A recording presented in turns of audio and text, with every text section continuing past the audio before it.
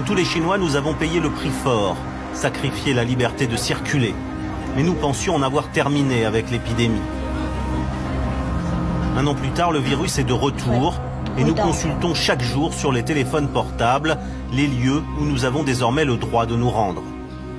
T'as vu là? Chunyi, c'est vers là en fait. C'est surtout cette zone-là qu'on ne peut pas aller. Qu'est-ce qui se passe si on traverse ces zones-là?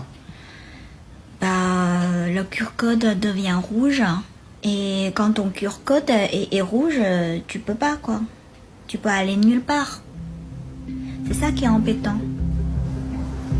Un QR code santé, sorte de passeport électronique qui traque 24 heures sur 24 nos déplacements.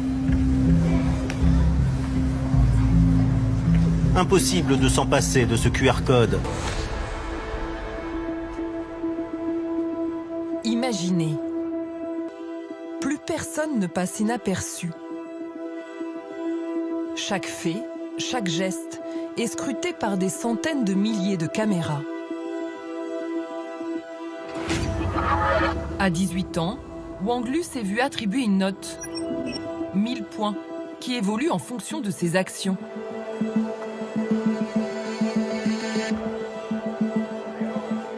Elle jette un papier par terre.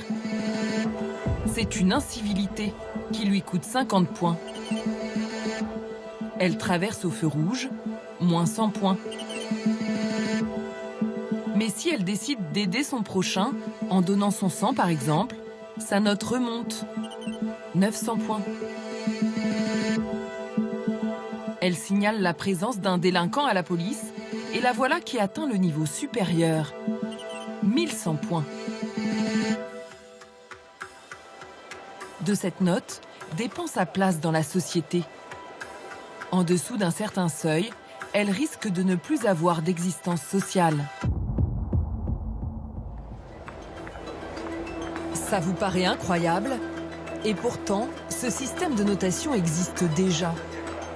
Il est testé dans 43 villes en Chine pour ficher et classer les habitants. Son nom? Le crédit social. Ceux qui ne respectent pas les règles sont sanctionnés et parfois humiliés. Comme dans ce cinéma où leurs photos sont affichées. Dans cette autre ville, une sonnerie de téléphone spéciale leur a été imposée, qui imite une sirène de police. La Chine est-elle en train de mettre en place les outils d'une surveillance totale? Le pays le plus peuplé au monde peut-il contrôler chacun de ses 1,390 milliard de citoyens?